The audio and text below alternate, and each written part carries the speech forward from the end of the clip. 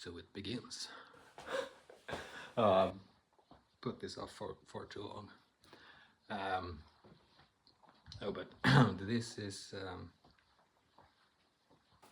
well. Long story short, this is my. It's not my. Is it 254th video? Well, I basically started 7 years ago recording lots of videos because I heard it's good for public speaking, just training yourself to do it. So probably have 350 videos or something that I just decided it because the advice was okay, publish or at least put it on YouTube. You don't have to put it as so people can see it. And finally today I figured now I will post this on X2, but I don't have the time to put all the history videos for 7 years on X2. It will be probably just on YouTube because they are already there. But I figured, well, it's been immensely valuable for me to sort of ingrain knowledge and learn by talking about it, because that's how you basically learn. So to ingrain it is to talk about it or write. And I guess, well, someone else might be needing it, and so I thought, yeah, that's probably a good thing to do if someone watches it. And if someone don't, well, they at least had the chance to. I don't know exactly how the algorithm works for it, and I actually been quite. What's the word? What's the English word? I thought, well, should I really publish this? Like long ago, I thought, well, if I'm going to do it someday, this is quite weird. So and unfortunately, or fortunate for me, perhaps, I don't. Many of them, I'm not even put a name on it. It's just a number, so I don't even know what's there. And I don't have time to watch 3-hour-long videos where I sort of train myself to think for 350 videos basically. So no, for another day perhaps. Oh no, I will never. I can never do that. It's like an average, perhaps an hour for every video. There's 350 hours to watch. No, I'll never do that. That'll take a while. What's that? If you know, I shouldn't even think about it. One hour a day for a year. For what purpose? But yeah, so it was about time, and yeah, again, even if nobody watches it, it's kind of a relief to just let it out there. Some are really weird. I mean, I was incredibly drunk on one. That would be funny if someone finds that one. So if you're curious, start digging. No, but so, and the premise, or the what is it called, attitude, the thing I usually, and basically I just, as you know, I find it quite sort of a tip, by the way, if you're rehearsing some knowledge or just repeating something. It might seem like you're crazy or something, but to actually just walk back and forth, it's like taking a walk. You can do that instead if you don't want to be perceived as insane, but if you don't want to, you can walk in your home. It's actually, I mean, there's science on that, physical activity. We all know that physical activity really triggers the thinking process a lot, and so walking back and forth in your home, thinking stuff through, thinking things through is incredibly, it has been incredibly valuable for me. So because most people are too lazy to like be laser focused on something for a long period of time, or just thinking about stuff for a long time, and then there's always the counter argument that better just tackle it right away about overthinking, which I'm certainly a victim of course, but I'm not too sure I should not take a certain pride in it too, because it has been immensely valuable for me to think things through, and the basis premise, or the no, what's the word, foundation for knowledge acquisition and being smarter is half the part is just repeating it, ingraining it in your mind, not only reading and consuming. That's the input. You also have to use it to some sort of output or wherever. That's how you ingrain it in your mind and remember it. So thinking, you might overdo it, but it is also establishing sort of knowledge in your head. So and as I said, I always use the word premise. I think I should look it up what it actually means. I think it's the right word. Premise for this is that I usually don't have any thought about what I'm going to talk about in the first place. Usually, before I did some videos on books, that's the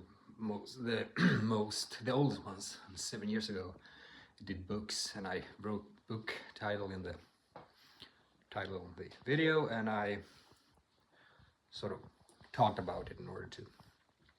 Yeah, probably should do more of that if I run out of topics or stuff. Because that's, I guess if I'm guilty of something, it's probably that I should read more and do less of these things. No, not less, but sort of.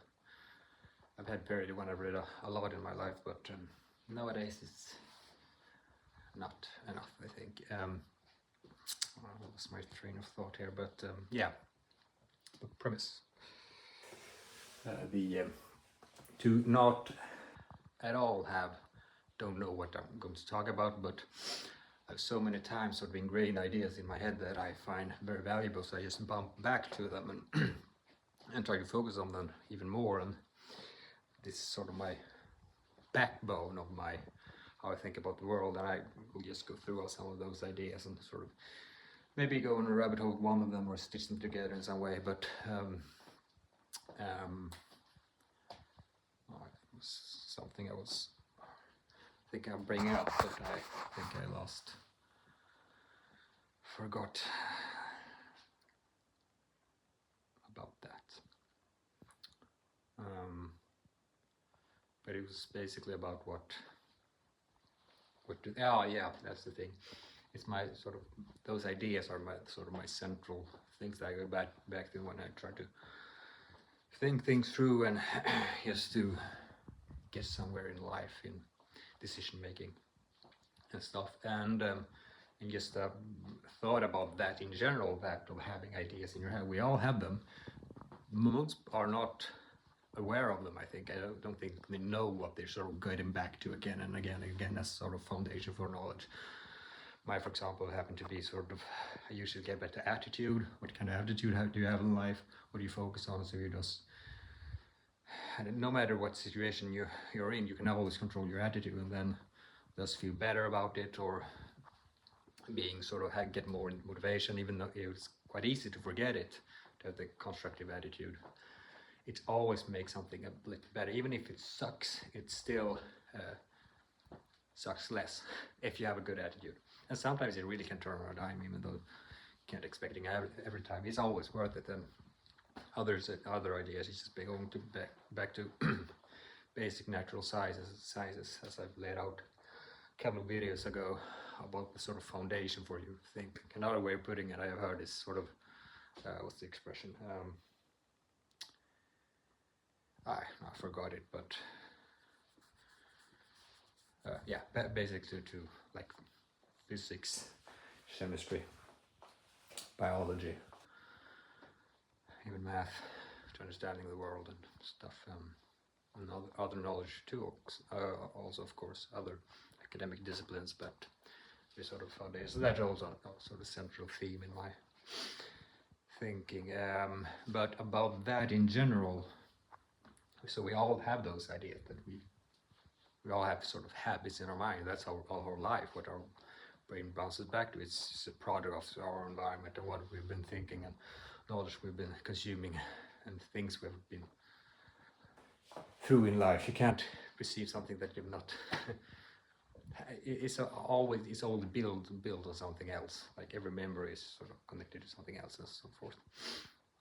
And the thing about that, we all have those ideas. And I, for example, all my ideas, and this is also a central concept, but opportunity cost. If you're not aware of it, don't know what it is. It's basically like a cost to it's from economics, a cost to, for example, if you can make an investment and earn, let's say, 100,000 of that, and but you have another investment that you will get 200,000, and you put your money in one of them, but not the other. Like, I don't know the exact process in long time studies, but the general theme is that if you don't put it in so that you get the 200,000 you missed out on, if you don't do it at all, you missed out on the opportunity cost of not doing it and just having them in your bank account, you 200,000. If that's what you sort of get as an extra for it, and yeah, not the best explanation, but then kind of like, and if you do the 100,000 thing that you get 100,000, you could have put it in the under 200,000, so you missed an extra 100,000. That's opportunity cost. It's basically the same with ideas. If you're focusing on, I don't know, something not so important. Let's say, I don't want to pick on something too critically, but let's say you're very focused on what bed you're going to buy. Let's say, just happen to think because I watch my bed, and you can do this for quite a while, and it's somewhat important. But if you do it like for too long, like how many hours should you have? 1, 10, 100, 1,000, 10,000, 100,000. Somewhere it's a limit to where I don't know what's the right answer. I just mean that after a while, doing that compared to, for example, thinking about what you to do as a next step in your advancing job, career, or just friends or partner or whatever, everything that you want to improve and make better in life. I mean, if you don't focus on that, or just gaining knowledge like reading, repetition of knowledge like I'm doing right now, there's opportunity cost. If you think about what bed you should buy for too long, it's like, and it's not easy to know what's too much, but everything there's an opportunity cost. And this is, by the way, not an argument to that you should never do something that's fun. I mean, fun is super important in life, but for example, some things are perhaps even not constructive. I mean, too much of, I don't know, I can't come up with a good example, since I mean, fun is still a good part of life, but it's but the thing is that all these, I mean, for example, you can think about ideas in general and the opportunity cost of them, like sort of,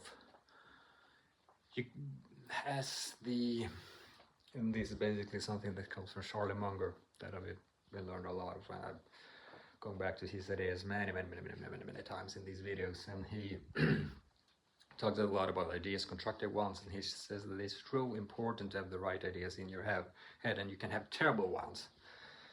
And I won't go into, and he warns about some of them, and he says sort of deep ideology is probably one of the worst things. It's basically makes your brain rotten. Like deep political ideology, or deep, even perhaps religious. This is not an argument against religion, but be aware of what it can do to you. If you're like deeply religious, you can sort of, you don't have, it doesn't have to be a bad thing. It can be a good thing, really. This is not at all an argument against religion, but it's an argument against the dangers of being sort of,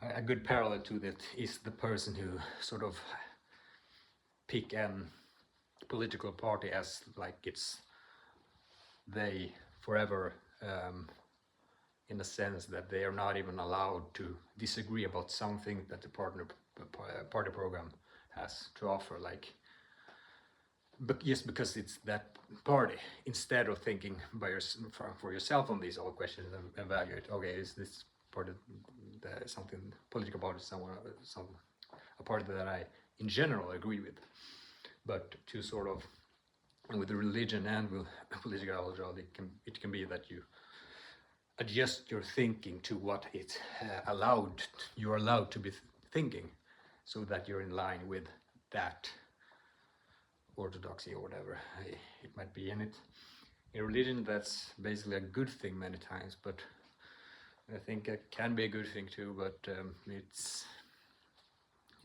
I guess it depends. It's really just to be aware of it. It's basically groupthink. Like, don't allow yourself to think something that it's outside of what we have decided is allowed to be thought. And that's extremely prevalent in today's society everywhere.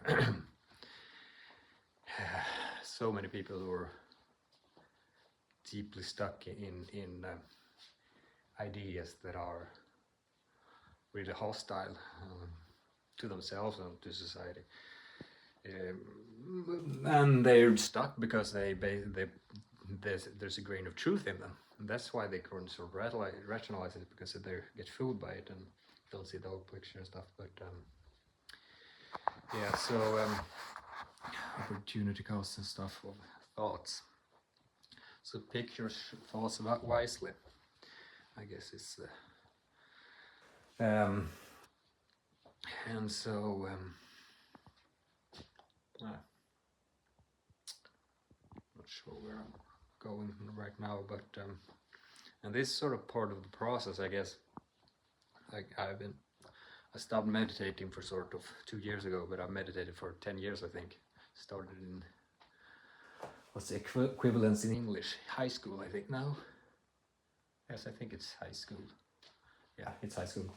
I think in first or second grade in high school, I thought, oh, that's good for sort of stress. I was insanely ambitious and sort of extremely driven to get good grades and stuff, and good in sports. So I thought, well, stress management and just be that's probably an amazing good thing. And I think that it helped me a lot to be patient enough to go through topics really in depth, to evaluate thoughts and ingrain it.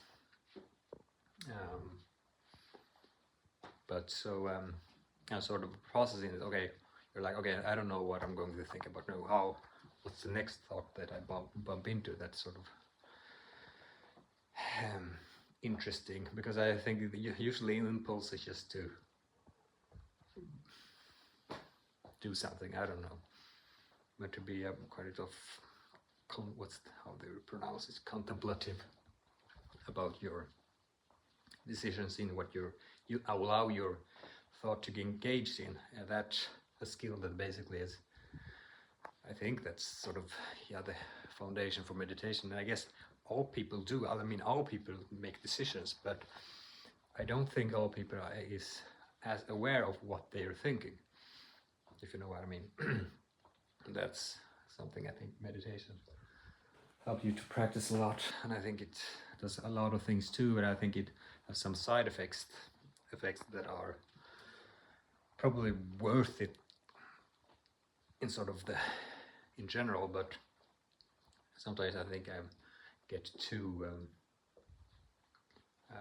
let's say disciplined in a bad way, sort of, because you really learn to not act on instinct, but some instincts like can sort of help you get moody. Sometimes it could be good to react to an emotion. I mean, it's sort of quite a thing in human interactions.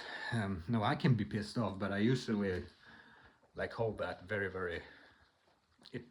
I want to think of myself as someone who's really like, no, I don't react to it, and I think part of the reason I think I can do that is due to meditation. But sometimes, I mean, you really have to answer back. I mean, it can be good thing to do. I usually think that is the calm approach of just if someone's really rude to just. But there's also tit for tat. I mean, well, there's a subject we can do quite deep into in human interactions. It's good to know that actually how you interact with people, and so you don't get taken advantage of. In general, you have to avoid people who are trying to take advantage of you. But if you're forced into such a situation, you're basically have to use tit for tat, and that's based on. Well, I won't go too deep in this, but I think it's the foundation for it is sort of the prisoner's dilemma, Nash equilibrium, I guess, also connection to that. But yeah, I don't think I go too deep into it. But that's a sort of, it's a prisoner's dilemma game. It's played over and over, and it's, without going into details, it's basically a situation where you can take advantage of someone or choose to cooperate. And depending on if the other person cooperate or try to take advantage of you, you will have different results. And sort of, it's best if the other person do not try to take advantage of you, and you try to, as like in reward in the game. And it's worse for you if you don't try to take advantage of them, but they try of you, but you don't know what the other person is going to do. And the worst thing is if both try to take advantage of each other, and the sort of medium best reward for yourself, and good for both, is if both try to cooperate and not take advantage of each other. So it's basically cooperate or being decideful in every. And you play that game. They've done this. I read actually this in Richard Dawkins' The Selfish Gene.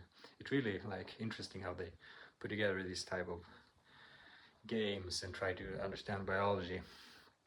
And what they found was the absolute best strategy in dealing with everything. They put all the best mathematicians in the world trying to decipher what's the best strategy in this game, which is sort of it's on the simplification of how reality works, but it's sort of a rough. And they put all the best mathematicians and try to sort of elaborate the absolute best strategy if you play this game over and over and over again with many people. And what they found is they could not find a better strategy than tit for tat. Even the most sort of those mathematicians, they couldn't. And the strategy is extremely simple. In the first interaction, you choose to cooperate, not to be sort of deceive them, or what do you call it? Not non-cooperation. Try to take advantage, and depending on what they do in the next move, or in that move, depending on what they do in that move, you copy that in the next thing. So if you start to cooperate and they don't, then you know, okay, they are not doing it. Then I will not cooperate the next time. So I will do that. If they change to cooperate, you notice that, and then you go back. So you always copy the other person's move, basically, but you always start with cooperation. And I mean, it's quite simple. I mean, that's how we work as human beings. If you meet someone, you're nice, and they suddenly rude, you can't be too like. I usually think it's good to tone it down, but if they sort of continue to push, it really depends on the situation. But I think I tend to not like to answer exactly in the same way back. Maybe I'll give them two rounds on doing that to give them a chance to sort of hinting at, don't mess with me, but I'm not going to say it. I'm just going to make you understand it. But you're sort of saying it in a way so that there's a way back for them without making them offend them, basically. Which is subtle art for sure. It's really about dealing with people. But so why did I get into that topic? I don't know. I forgot. something else. And this is usually how this goes in my brain. Lost my train of thought and just think, well, perhaps think about something else. History. Let's pick history. No, that's too boring. And actually, I want to make a point about something that's probably should have mentioned in the beginning, which is connected to like really the fruitfulness of it. I mean, you could say, well, this is sort of, should you really have long monologues with yourself and exploring topics? How good is it? For me, it's like writing. Many people think that writing is great for sort of thought process, and I use that for sure. But also use these ones. And the best argument for why it is good, or sort of weird. Sorry, excuse me. Weird is that you're basically doing it anyways in your brain all the time. Your mind is always sort of mind wandering in thoughts, and all of us usually, I think it's like 99 or 95% of our brain is basically focused on social things all the time, and that's a foundational insight in just from biology and understanding human beings and how we're evolved. We're super duper mega focused on social interaction, people all the time. That's how we're sort of wired. I mean, everything I say, every word I know, every thought I've gotten in my head is a product of what I've heard other people speak about and how much impression I've got of those as good sources of knowledge. Whether sort of certainly things that goes through the filter that I don't like, but usually if you don't like something, I guess it's sort of stuck in your brain as something bad, and you don't bring it up as something good, and so forth. So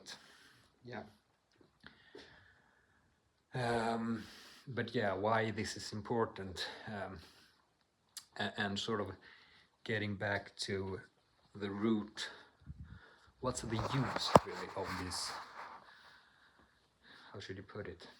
I've been to this topic a lot, and it's like you really want your knowledge and your thought process to result in something. So I guess laying out a strategy for your life is a good thing. To be honest, not super good about that. I have a sort of general plan, but I also think I usually go quite deep on this one, because even though I don't have immense hope of super many people see it, I think it's, if there's something that I think is the most valuable thing I can sort of push for in today's society, which I think is so extremely important, is to really go really deep on what your purpose and vision is in life. To not just go with the flow and just postpone it, and I think it was Peter Thiel who said that this is really a debate on universities and stuff and what's happened to them, and this is sort of a critique of the modern university and how it's sort of narrowed down in some ways, even though I am a really proponent of natural sciences, but there's something that education does with your brain or your thought process that's not really good, and you're sort of, it's just assumed that you do it on your own, but I don't think people do that enough, and that's sort of getting to the bottom of what you really want in life. But the thing is, you think you have chosen when you've chosen sort of an education, but you haven't. You have sort of taken an indirect path to it, and you have fooled yourself to believe to actually know what you're going to do in life. And especially if you're going to do something great or something significant, which I think is a good moral ethical thing to try at least. You postpone that, and you don't take that question seriously of what the heck you're going to do, because that requires planning. In the same discussion, he said that a plan is better than no plan. A bad plan is better than no plan, and to really focus on what the heck you're going to do with this thing that you get dumped in your knee, your life. To think about that thoroughly, like really deep, and getting sort of a plan and have a vision of there's where I'm going to. I think that's extremely undervalued as an activity, and this is something I go back to again and again and again in these videos, but I think it's super duper important to do that immensely well, because if you get it wrong, it's not a good thing really. It's among the most valuable things you can get right in life. I think there's what's the two things people most regret in life? Or at least what's the most important decisions. I think I forgot what one of those was, but I think it's something into the education you put, or what you did for a living. But the most important, or one of the most, is of course the spouse. And which spouse is that? Both. My English skills are lacking. Spouse, is that both wrong, or is that just the man or the woman? I don't know, but like that decision is like, I think that's the absolute most important decision you can have in life. Who are you going to share your life with? I mean, you can't. But yeah, I guess it's as important to pick the right education or the right job. I mean, if you're at because think about it, you're at something 8 hours a day if you're working a normal job, and you're doing it 5 times a week, 5 out of 7 days. It's really like most part of your life. Yes, it's not your child, but then it's school anyway. And then when you're retired, it's whatever. So I mean, to get that right or get it wrong, that's not a thing you want to be stuck in. So create an escape plan if you're on the wrong thing.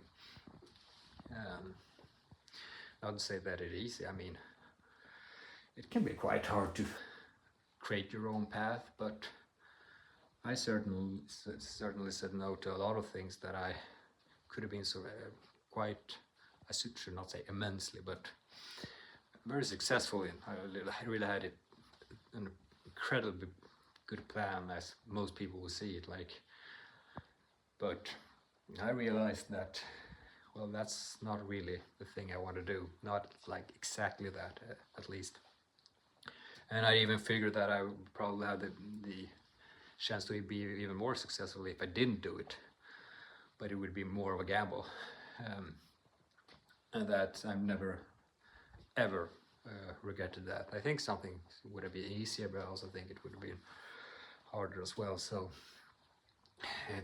I would never have done these videos and learned so much if I had not taken that super duper important decisions. Yeah.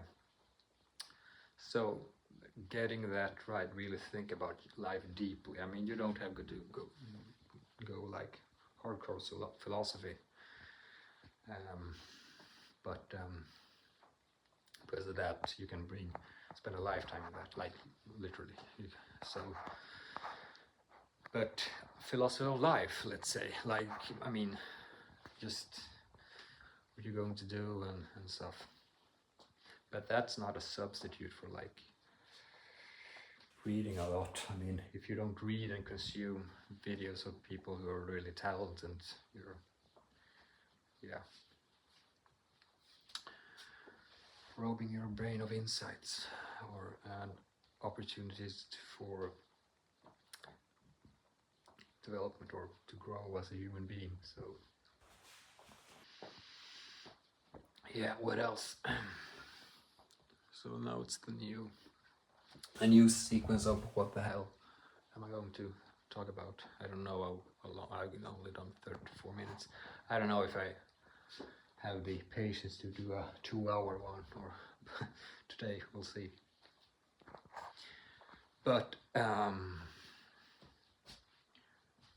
yeah, I guess it's oh, I guess it's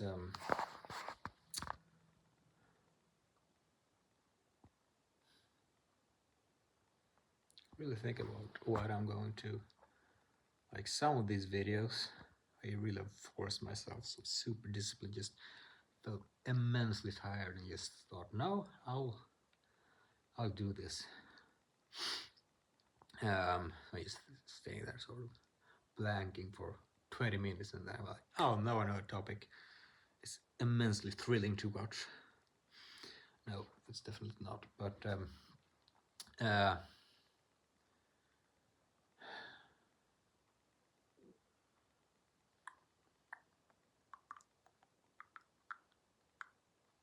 yeah, let's explore sort of values and stuff in terms of, yeah, it really basically connected to this, what you should do in life and all those things. I think sort of a trap that many people are into, and oh shit, we can go into deep on this with all sort of society and how it is now and how it's sort of a extremely stark contrast to how we've been lived and how we've been evolved to live, even like for less than 100 years ago. Like the urbanization, just going for farming and everyone's living in a completely different life.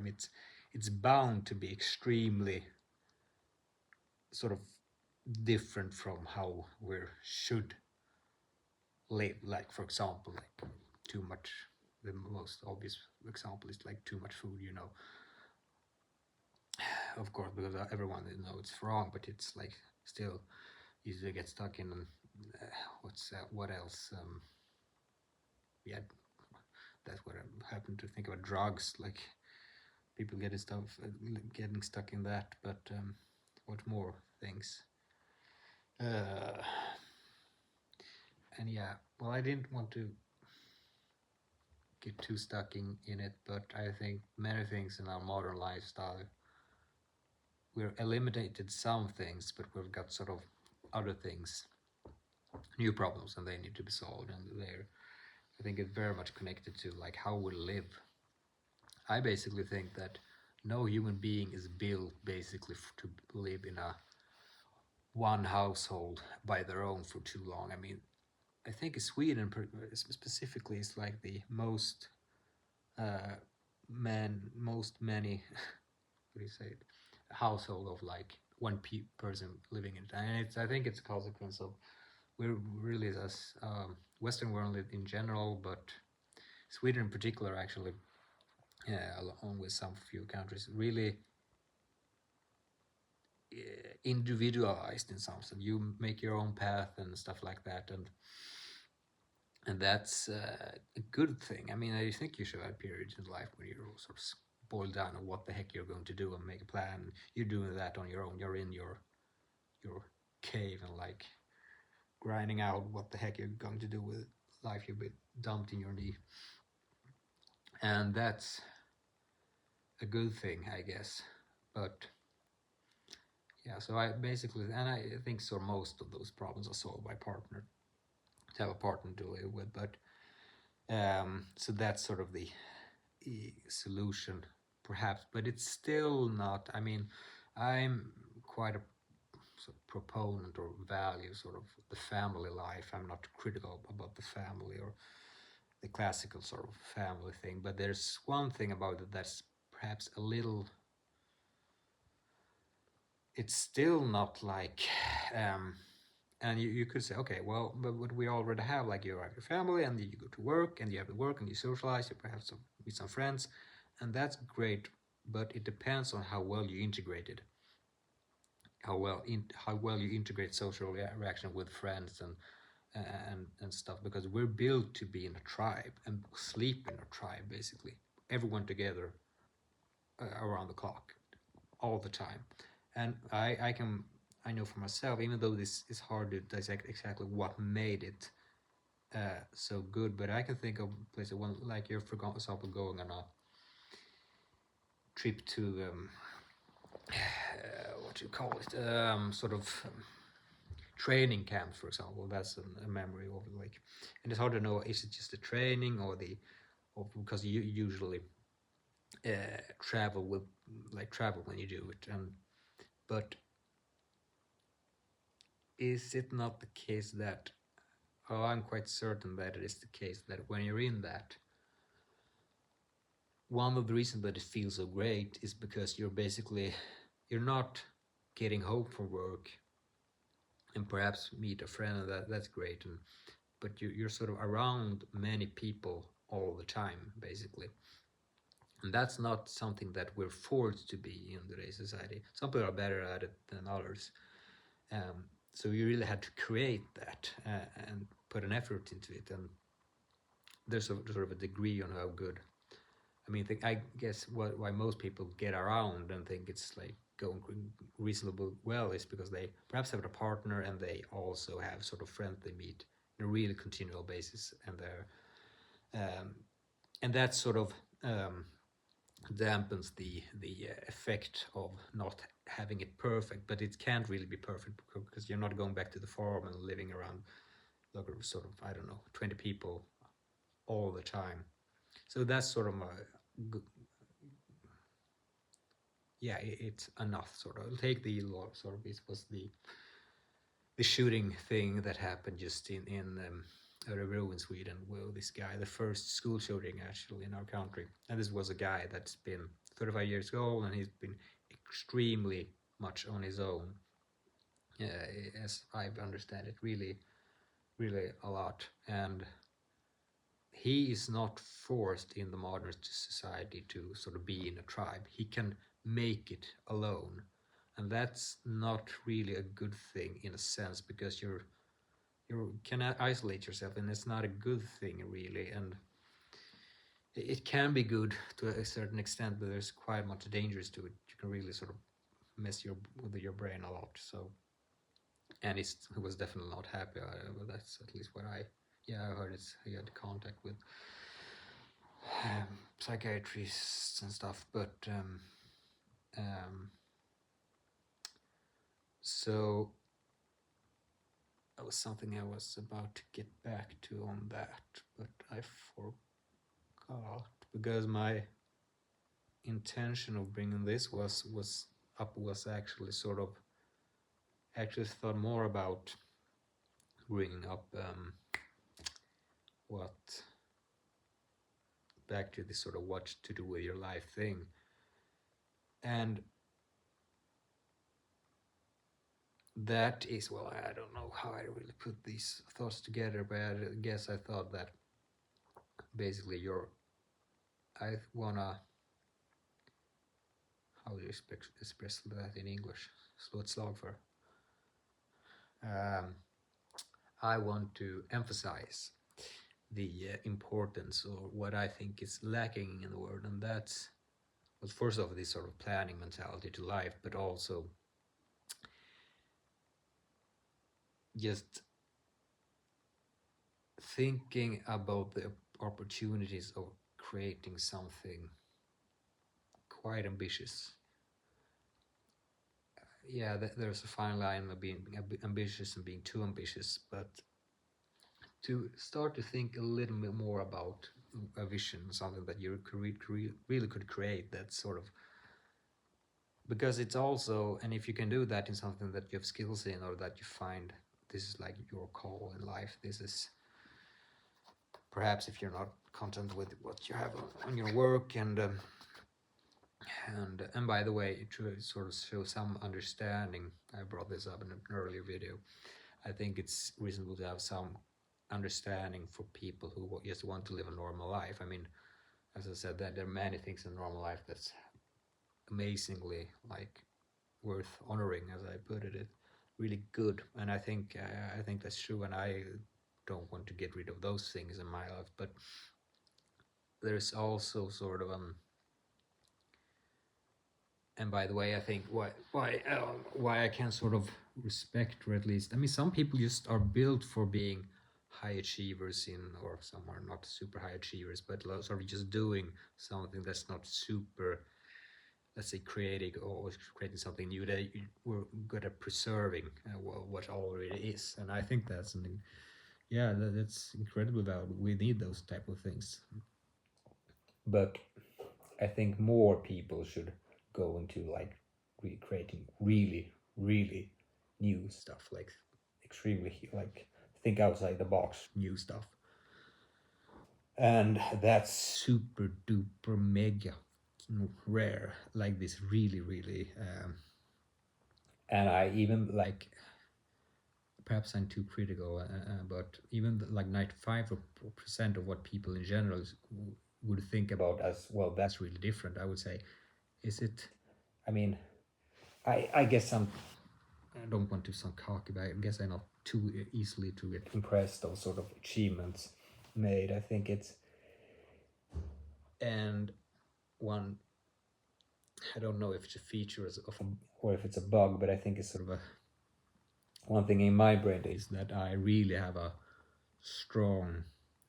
difficulty of being satisfied with the ordinary, or just the, I really have a thrill-seeking tendency in myself that's really like, yeah, I want so and that's, yeah, that's probably why I think it's a good thing, and that's why I want to be clear that that's not for everyone. I guess some people are, and it's riskier too.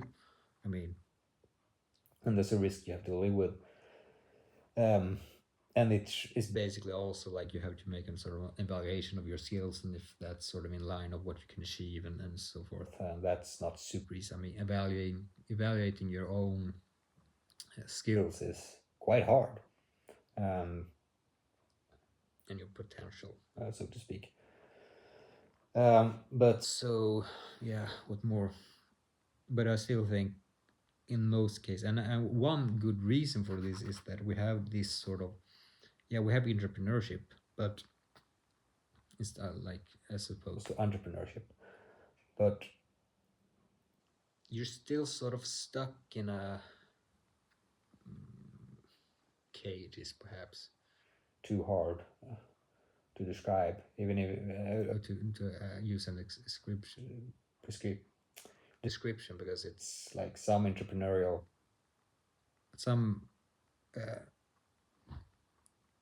entrepreneurial businesses have really an entrepreneurial spirit, like in the whole company, and it's really sort of a fruitful thing.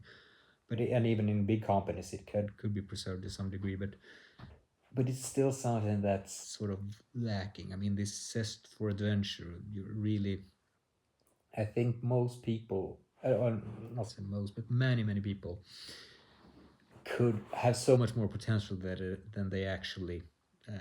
There's so much potential untapped, and they basically go through life and eventually die and have not used their full potential, and that's a bit sad. That's extremely sad, and I think we should sort of open up those. I don't know what part that of the brain is, but what part of the brain that is, but I guess it's sort of ability to think outside social convention. I mean, some social convention and heritage and culture is amazingly valuable for our society and something that we should build on, but also sort of questions some things. And I really think about ideas and businesses like genes, actually. And this is a real metaphor that's mutations in genes that's sort of honoring and respecting what's the social convention that really exists.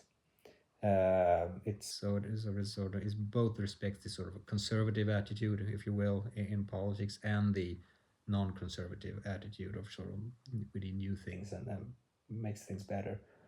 So it both sort of respects preserving what is and understand that it's hard to replace it with something better, and the other side of we should not use everything that had been used before. And one good way to think about this is basically genes with mutations. I mean, genes are there because they have worked, they have survived. It's the survival of the fittest, basically. Oh, that's just how it is. And there are mutations, and usually a mutation is a bad thing. If I'm not super mistaken in my biology here, but I'm sort of 99% so that it's 99% sure that it is 99% of the cases that the mutation is bad for the body or bad for the gene. But there is 1% of the time that is better. And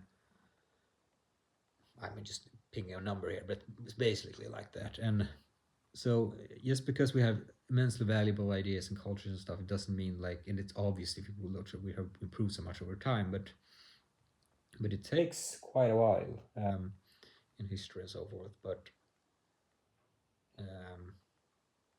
yeah, I think we should shift more into more people going to this 1% of trying to really make really new stuff and thinking outside the box of sort of this sort of convention of how you should live, like go to work, like this lifestyle, just back and forth to those, as I usually put in you are sitting in a cubicle and just doing your thing. It's I think many people sort of break down mentally by it, and some people are fine with it, and that's fine. But I think it's more people need to sort of get out of that. What's it called? Rabbit race, or what's the word? Never mind. So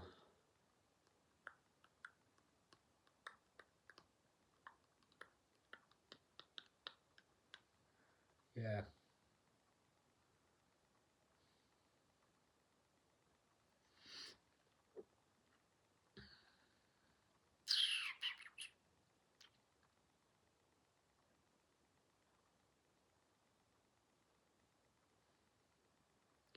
By the way, now when I'm public, if anyone watches, feel free to comment with some insight or some disagreement and elaboration of thought if you happen to have one.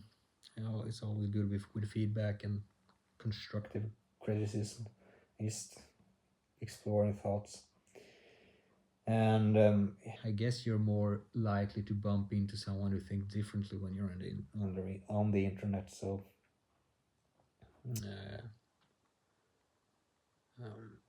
as I've said, I have no idea how likely it will be that this will how many people this will reach, but I think it's a good thing.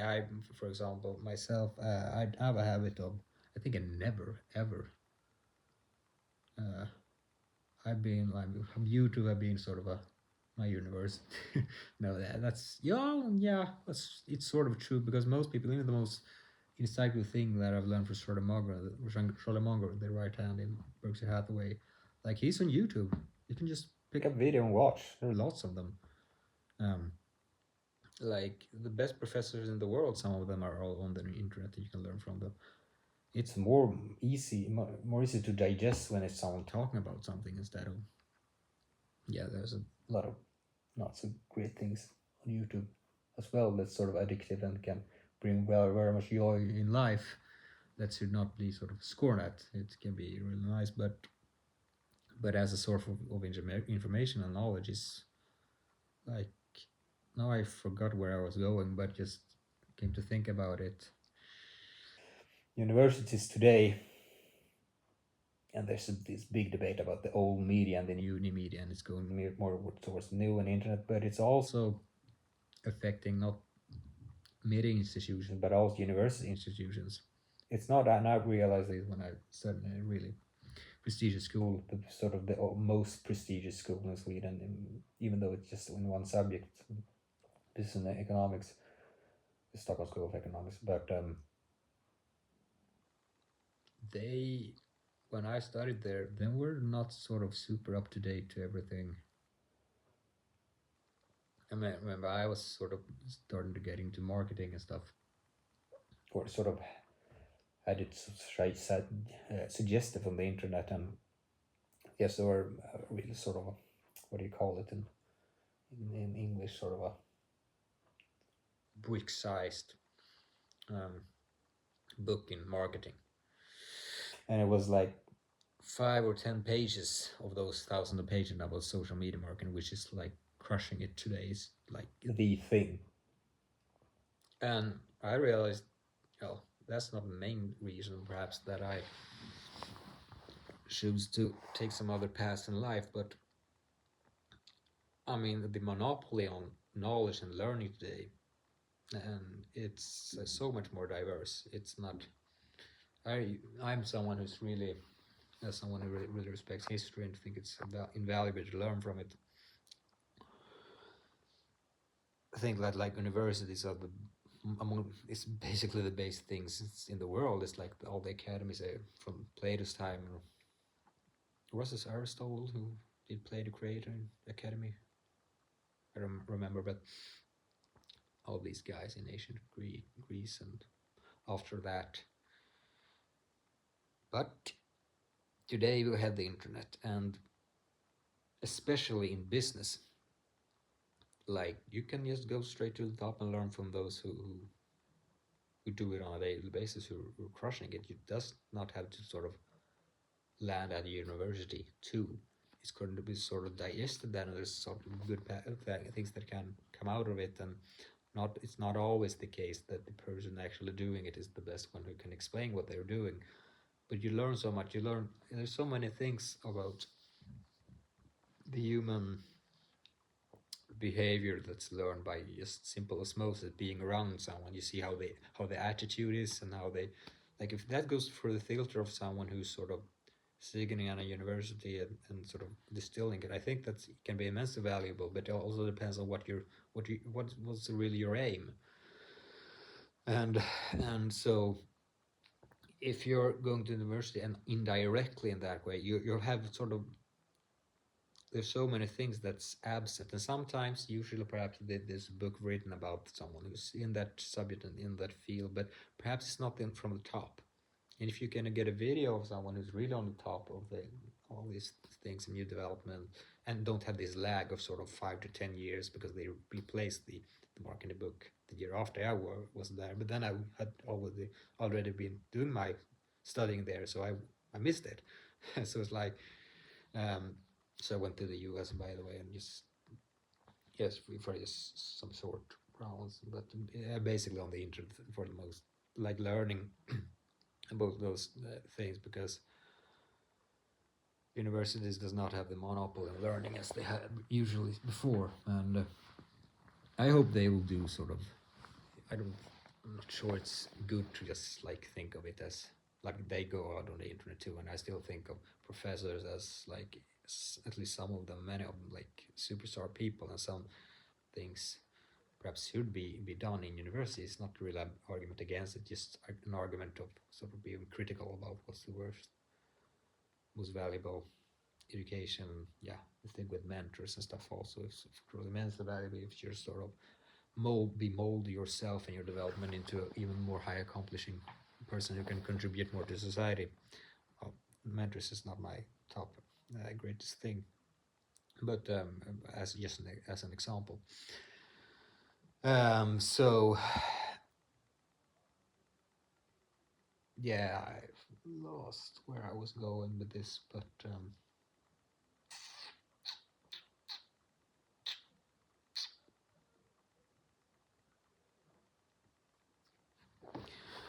by the way, I think I will do some more of these sort of reading something and then thinking about it, because I know I run out of thoughts, and these are the interesting parts.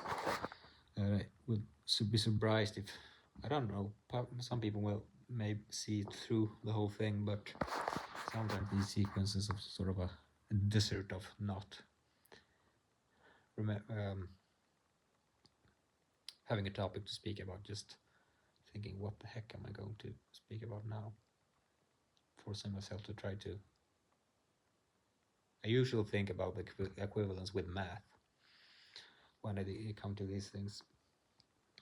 Math is a topic that I happen to be, well, it basically was my best subject in school, but I for some reason did not choose something that was hyper sort of mathematical. I chose sort of business and economics usually, but I think it was called because I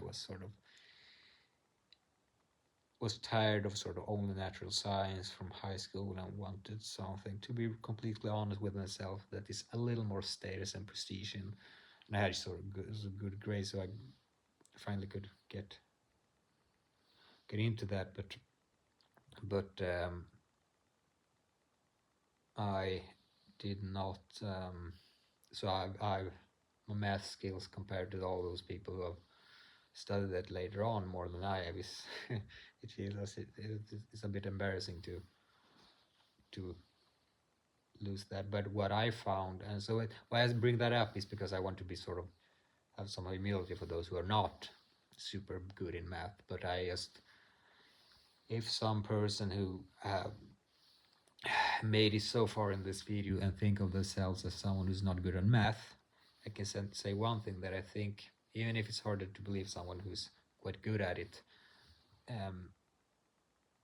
I think it's I still think it's true that one of the biggest mistakes people do when it comes to math is underestimating how much patience it actually has to take, because it's like, yeah, you can sit with it for a long time and not understand, but that's also the process of those who are really sharp in it.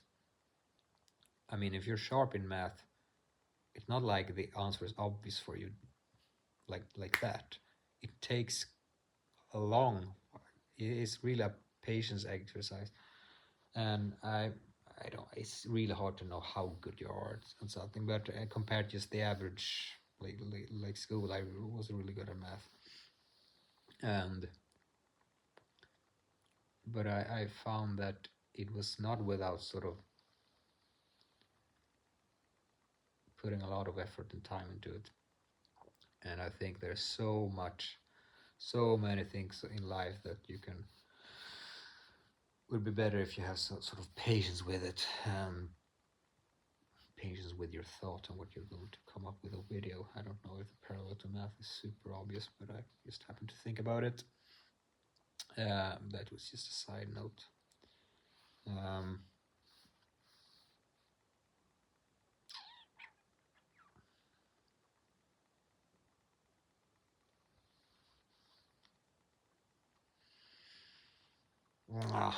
Started to lose energy here, but history is something that I just bumped into my mind because I saw some history books here, but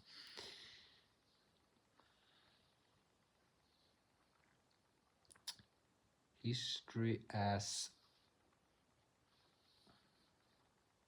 psychology. Psychology is a topic that I think is super interesting. I had to learn a lot about it from a sort of cognitive bias standpoint in order to understand why the reason is to people take decisions in marketing and stuff like that, and also how you do it ethical. But and that's sort of the reason for why you can say it's ethical is basically founded on, that's quite a deep topic, but bounded rationality on Herbert Simmons, his science on that.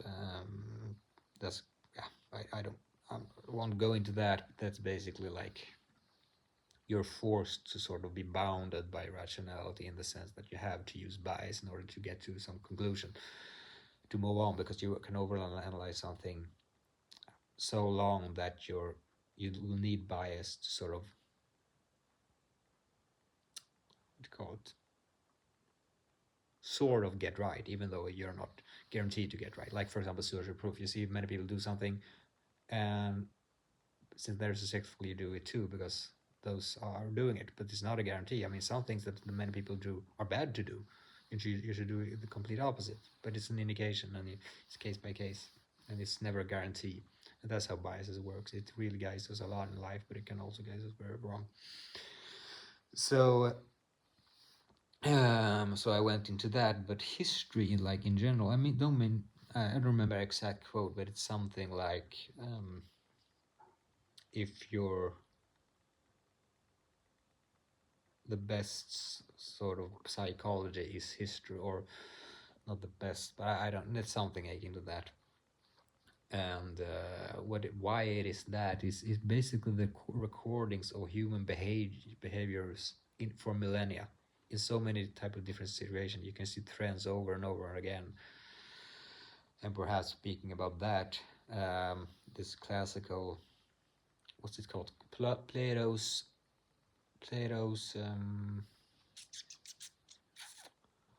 forgot what it's sorry called. Plato's cycle in politics, something that I don't know remember the exact sequence. But it's basically something like first there's a king, I guess, or sort of something like that, and then there's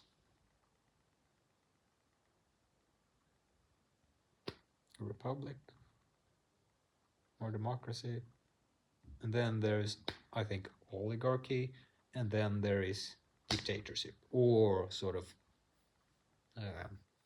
empire stuff, like And speaking of that today, I don't know how much, if that's true, but I've heard something people think that sort of. I think about today. It's a long time I bumped into that idea, but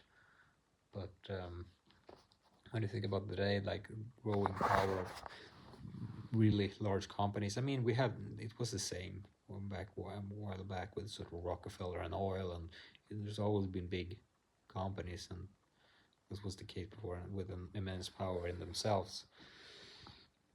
And I don't know if we go to a time where businesses have even more power than governments in some sense. I don't know, because governments also get more power, so it's like I don't know if, but sometimes it feels like we're going more into. So we're going to an oligarchy. I don't know. I don't know if it's a bad or a good thing either. Just know the sort of interest in the world is changing, I guess, perhaps. It feels like it's going sort of shifting towards the business side, but it's always been that case that sort of I think at least that you're sort of thinking that businesses are really influential and stuff. But does that mean it's an oligarchy? I don't, whatever. But that's just bumped into my mind as a sequence in history that, but just seeing people how they've been behaving for millennia, I guess, is the reason for that. I'm starting to get sort of tired, so I'm not sure if I'm going to make this longer. But what's interesting is I've gotten into my old mode. This is usually how I done made on my old videos, and through the years, and getting into deep into topics. But yeah.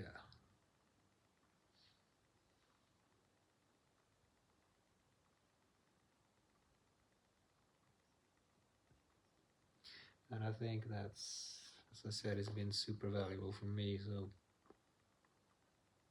and it's sort of funny also to just put it out there. I mean, it's public. Any maniac can see it and say, "You don't deserve to." I don't know, but yeah, I mean, like people in general on the internet are like. I mean, see myself sometimes when I'm writing stuff on the internet. It's much more easy to be sort of the filter to sort of rougher ways of expressing yourself is lower. I don't know why, but it's not as if I'm sort of I don't usually get angry at people, but I still notice that the filter is sort of lower, and that explains why some people, I guess, can be so toxic, or what did you call it, destructive for themselves and for others who are writing sort of nasty comments and stuff. But I guess it's a good, if that happens, it's a good practice in yeah, whatever. Hopefully, I don't know if it's hopefully, but that's usually the experience of those who get very much spread of their videos and stuff. So I'm not sure that if that's going to affect me that much, but some maniac may have some opportunity or so. But But in general, it's also good. I think that's also a reason I think that I throw this out. That if someone happen to have some insight about the topic that I've not explored, or think that something is sort of off with my reasoning, that's immensely valuable to hear. So I'm all for constructive criticism and elaboration of thought. So yeah, I don't think I have more. Going to spend more time on this video actually, but perhaps I can. What's a good way to end it? Yeah, again, I think it's so easy to not value life enough, to sort of not try to create something new, to like bring some more motivation. I think all the cultural sort of zeitgeist of today is, there's something lacking, or it's sort of been eliminated in some sense. There's something lacking, something that's there. Yeah, there's a lot of passion in places, but there are also a lot of sort of numb, just go to work and live like, okay, but where's the passion really? Where's the zest for, I don't know if you should say the extremes, but for something different? That was life. That's what life is all about. Like, I perhaps am perhaps even worse than some people when it comes to some aspect of that in living life. But when it comes to the big things like the vision of your life and what you really want to do, the plan on how you're going to do it, then that's my strength. But so I guess we have different ways of implementing those type of things in life. But I think it's general. It's not good to be too content of a normal life. I mean, if you say you live an average life in the sense of, I mean, then you're also living never average happiness, and you're also living in average contribution. So it both some sort of ethically less good and like happiness wise less good than someone who does something. I mean, this is not an argument about something that we should not be equal to each other. It's just that there are ways to live life that's sort of better in general that most people are not exploring. And it's always going to be that some people find better ways. I mean, it doesn't matter if it's a really good or really bad society where we are in history, but to sort of learn a name for the better ways of living life is like, yeah, I guess that's why we're here. But yeah, so I guess that's my final preach. Do you say that? Is that the right word? A preach, to preach to people. By the way, yeah, I think I have some insights in life, but I also think I have blind spots. Everyone has, so um, no, I forgot what I was going to say. So that's a perfect ending. Couldn't be better, right? Tack och hej.